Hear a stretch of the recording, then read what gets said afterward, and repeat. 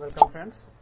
In this video tutorial I am going to show you that how to configure a DSL router for sharing or connecting internet broadband connection to a single computer or multiple computers on LAN. This all things configuration you have to do in the router. First of all, make sure that connect all those wires and cables at the appropriate places and slots. After that, power it on. Wait for some time so that the DSL signal on the router should be constant. Once the DSL signal on the router you get constant, it is not blinking, then just go to your browser, any of your browser. After that, type the address to access the software of the router. Mine is 192.168.1.1. 192.168.1.1 is the address to access the software of my router. It will ask for username and password. My username is admin and password is also admin. Hit enter. Now I had been logged into my router settings. Configuration. Go to advanced setup. Click on WAN. Okay. You may find here lot many type of connections. If you find here lot many type of connections, select all and click on remove. Mine is blank and mine is empty. So I will click here add. After that, port number would be 0, VPP should be 0, VCI should be 35, service category should be UBR without PCR, UBR without PCR. If you are using BSNL broadband,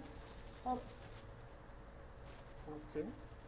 After that, this is the most important thing. You have to, since you are going to, in order to share multiple computers or connect multiple computers over a LAN for internet, click over here, PPP over Ethernet, PPP over Ethernet, PPPOE. This one should be PPP over Ethernet. Select this one. Otherwise, if you don't select this, you won't get access to the multiple computers and internet. So select here this one, LCC slab bridging. Click on next. Put your username which you have got from your service provider, your broadband username. It is asking your broadband username. Mine is PBSWA D. Put your password which you have got from your BSNL provider. I'm sorry, any of your network provider, broadband provider. Put your provider name. Mine is BSNL. Okay. Authentication mode, keep it auto. Bridging, MTU size, keep it here 1492. Alright, click on next. After that, tick enable NAT, enable firewall, enable WAN service. Okay, after that, click next. After that, it is okay. Now everything is configured. Click here save. And after that you click on reboot. See here one connection is created. Reboot. Once the router will reboot, you will get access to internet or broadband on each of your computer connected to the LAN. Now I would show you that. Okay guys, now this is the second part of the video tutorial. In this tutorial, I will show that how to configure the Wi-Fi of the router. So, actually, in the previous tutorial, which the router I had used was not inbuilt with Wi-Fi. I basically use a dlink router for the Wi-Fi purpose. So, let's see the process. First of all, you need to configure your router. So in order to do that, refer your manual in order to access the software of the router. So my manual says that if you enter 192.168.0.1, you would be allowed to access the Wi-Fi router. So it will ask for the username and password for the, remember this is the username and password for the router, entering to the software. I would enter my username, and again I have not set any password, and press OK. Now see, I get into the software of the router. Here I have to configure whether your router is of dlink, whether it is of Cisco, whether it is of a Netgear. The process is almost similar. It's differ even a bit. So go to the wireless settings. After that, this page will include all the mandatory settings for the Wi-Fi.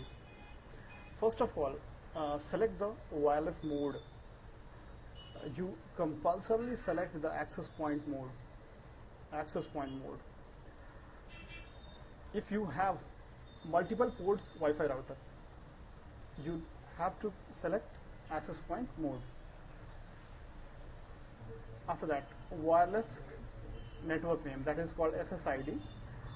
This is the name. Whatever you enter here, the people will search in the search for the Wi-Fi network. You will get this name. So my name is an organization name is Universal, IVERSAL Wi-Fi. So whenever any person will get a Wi-Fi network, or anyone will search for Wi-Fi network, it will get the name displayed as the Wi-Fi name called Universal Wi-Fi. Okay, select your region. Mine is India. Channels, how many systems should connect at a time. After that, select the bandwidth, maximum bandwidth available in your router. After that, SSID broadcast, whether you want to encrypt your SSID name or whether you want to display it to anyone. If you want anybody could display your Wi-Fi connection on anybody's internet, click it on, right? So after that, security mode. If you want that anybody could connect to your Wi-Fi internet without any password, you leave it as none. Don't select anything here. But if you want to encrypt, if you want to create a password for your Wi-Fi network, just select it and go to WPA personal, WPA 2 personal. Okay, WPA 2 personal. Click here, WPA 2 personal. After that, you enter here your password in this box and in this box. Let's say I'm entering my password 1 2 3 4 5 6 7 8. Verify 1 2 3 4 5 6 7 8. Okay, that's it. That's all the things which you need to do. Save all the settings.